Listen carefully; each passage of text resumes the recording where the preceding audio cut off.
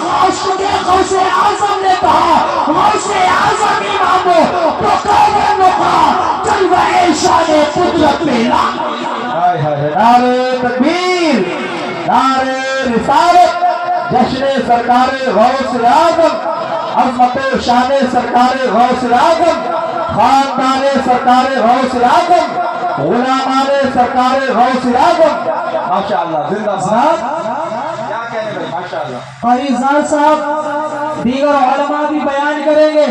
میرے سرکار غوث اعظم کا ایک لقب ہے محی الدین، جس کا معنی ہے دین کو زندہ کرنے والا، دین کو زندگی بخشنے والا. عزیزان اسلام آؤ میں بتاؤں، سرکار غوث اعظم ارشاد فرماتے ہیں جمعہ کا دن تھا، میں ایک سفر سے بغداد شریف کے واپس آ رہا تھا. جب میں بغداد شریف کے قریب آیا تو میں نے راستے کے کنارے دیکھا کہ ایک ضعیف کمزور پتلا دبلا شخص بیٹھا ہوا ہے. اس نے جیسے میں اس کے قریب آیا وہ دیکھتا رہا مجھے، میں اس کو دیکھتا رہا. اس نے مجھے آواز دی عبدالقادر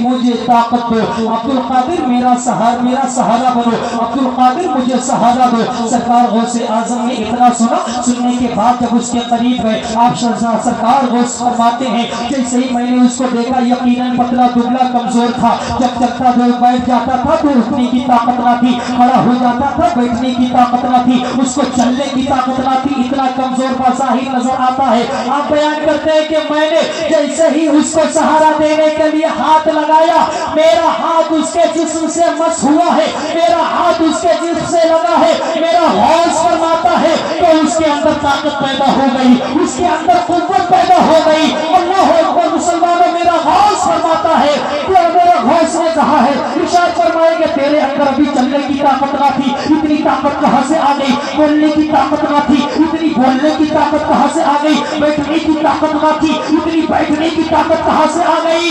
سرکار غوث فرماتے ہیں کہ اس نے مجھے جواب دیا عبدالقادر میں تیرے نانا جان کا لایا ہوا دین ہوں گی.